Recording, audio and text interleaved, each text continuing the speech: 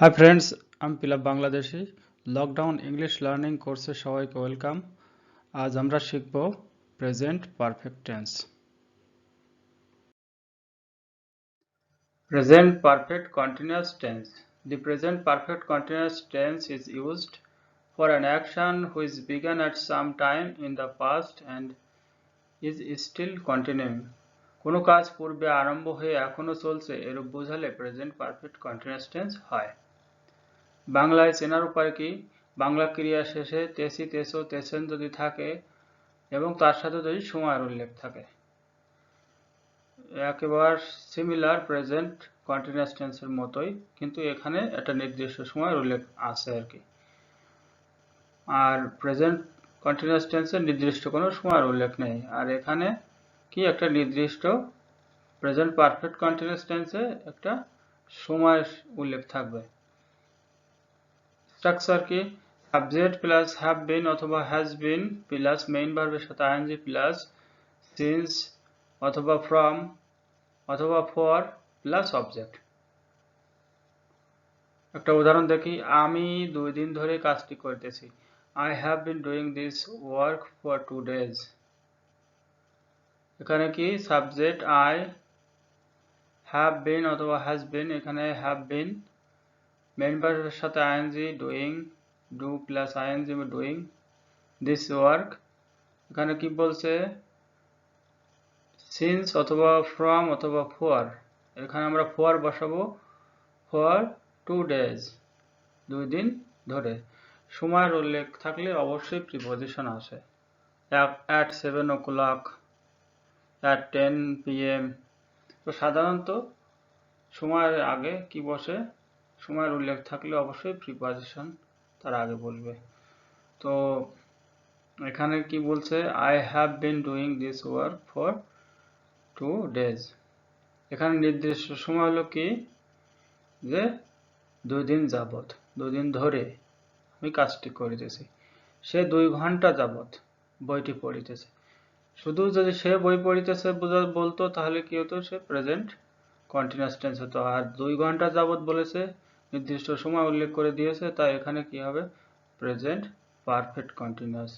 So he হলো third person singular number, তারপরে has বলবে, এটা নর্মাল স্বাভাবিক। তো he has been reading for 2 hours. তো he has been reading for 2 hours, এখানে for 2 hours অর্থাৎ 2 ঘন্টা যাবত সে বই পড়িতেছে। সে সকাল থেকে বই পড়িতেছে। he has been reading since morning, এখানে since বলা হয়েছে। since, for আর from, এখানে কি সময়ের আগে এগুলো সাধারণত ব্যবহৃত হয়েছে এই প্রেজেন্ট পারফেক্ট কন্টিনিউয়াস টেন্সে। সে 3 বছর যাবত এই স্কুলে পড়িতেছে। হি অথবা she has been reading in this school for 3 years। তো আমি যদি শুধু বলি he has been reading in this school for 3 years, তার অর্থ কি? সে 3 বছর যাবত এই স্কুলে পড়িতেছে। এখানে হি অথবা she থার্ড পারসন আমরা জানি, তাই এখানে has বসবে। থার্ড পারসন সিঙ্গুলার নাম্বার, তাই এখানে হ্যাজ বলবে, হ্যাজ বিন বলবে। তারপরে কি? রিড এর সাথে ING, reading in this school for কি 3 ইয়ার্স, ফর 3 ইয়ার্স, এখানে 3 বছরের জন্য বা 3 বছর যাবত, তাই 3 বছর যাবত সময়ের উল্লেখ আছে, তাই এখানে ফর বসানো হয়েছে আর কি। এখন এখানে অবজেক্ট হলো কি? ইন দিস স্কুল, সে কোথায় পড়িতেছে? ইন দিস স্কুলে, ফর 3 ইয়ার্স, 3 বছরের জন্য। এখানে এর পরের উদাহরণটা আমরা দেখি। ছেলেবেলা থেকে সে এখানে বাস করছে। He has been living here from his boyhood. He has been living here from his boyhood. সে বাস করতেছে এখানে তার ছেলেবেলা থেকে। হি হ্যাজ বিন, হি এর পরে হ্যাজ বিন বলবে, সবাই আমরা জানি লিভের সাথে আইএনজি লিভিং। হিয়ার মানে এখানে object, from his child boyhood মানে ছেলেবেলা থেকে, ফ্রম বলা হয়েছে মানে থেকে হবে, ছেলেবেলা থেকে।